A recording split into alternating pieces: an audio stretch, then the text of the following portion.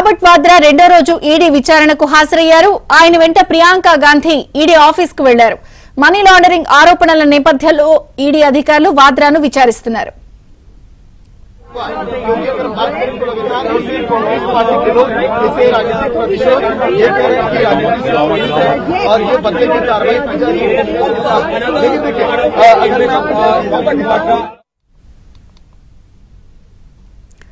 Robert Vadra రెండో రోజు ED విచారణకు హాజరయ్యారు. ఆయన వెంట ప్రియాంక గాంధీ ఈడీ ఆఫీస్ కు వెళ్లారు. మనీ లాండరింగ్ ఆరోపణల నేపథ్యంలో పూర్తి వివరాలు ఢిల్లీ బ్యూరో చీఫ్ కృష్ణ అడిగి తెలుసుకుందాం. కృష్ణ.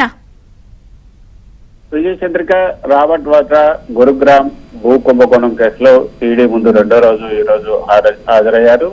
ఈ కేసులో ఆయన పైన మనీ లాండరింగ్ ఆరోపణలు కూడా ఉన్నాయి. ఆయనతో పాటు ఆయన భార్య అయినటువంటి వైనాడ్ ఎంపీ ప్రియాంక గాంధీ కూడా ఈ రోజు ఈడీ కార్యాలయానికి వచ్చారు. 2008లో ఆయనకు చెందినటువంటి స్కైలైట్ హాస్పిటాలిటీ కంపెనీ షికోహార్పూర్ హర్యానాలో ఉన్నటువంటి షికోహార్పూర్ గ్రామంలో 3.5 ఎకరాల భూమిని 7.5 కోట్లకు కొనుగోలు చేసి ఆ భూమిని వెంటనే కొన్ని నెలల్లోనే దాన్ని కమర్షియల్ నిర్మాణాల కోసం అనుమతులు తీసుకొని కొన్ని నెలల్లోనే 58 కోట్లకు విక్రయించినట్లుగా ఈడీ ప్రధానమైనటువంటి ఆరోపణలు. ఈడీ అధికారులు వాద్రాను నిన్న 6 గంటల పాటు ప్రశ్నించారు. ఆ విచారణ సందర్భంగా 23,000 పత్రాలను 2019లోనే నేను ఈడీకి ఇచ్చేశాను.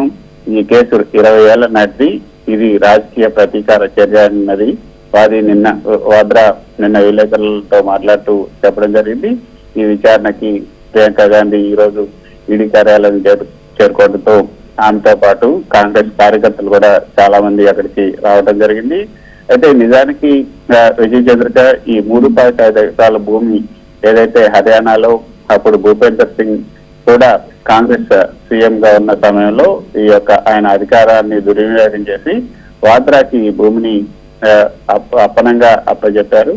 ఆ తర్వాత ఈ భూమి మొత్తాన్ని కూడా ఈ డిఎల్ఎఫ్ సంస్థకి 5,000 కోట్ల రూపాయల ప్రయోజనం కలిగించే విధంగా అక్కడ కమర్షియల్ నిర్మాణాలు చేపట్టేందుకు అనుమతించారు. ఇదంతా కూడా మనీ లాండరింగ్ చేసుకుందుకే వస్తుంది అన్నది ఈడీ యొక్క విచారణ, ఈడీ దర్యాప్తు జరుపుతోంది. ఈ కేసులో 2018లో హర్యానా పోలీసులు ఎఫ్ఐఆర్ నమోదు చేశారు.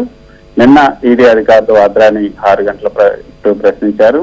అయితే ఈ కేసుకు సంబంధించి రాజకీయ ప్రతీకార చర్య అన్నది ఈ యొక్క వాద్రా అదేవిధంగా ప్రియాంక గాంధీ కూడా చేస్తున్నటువంటి ఆరోపణ. ఈ కేసులో విచారణ ఇంకా కొనసాగుతుంది. వాద్రాని మళ్ళీ 1-2 సార్లు ఈ కేసులో పిలిచే అవకాశాలు ఉన్నట్లుగా మనకు అందుతున్నటువంటి సమాచారం. Thank you Krishna.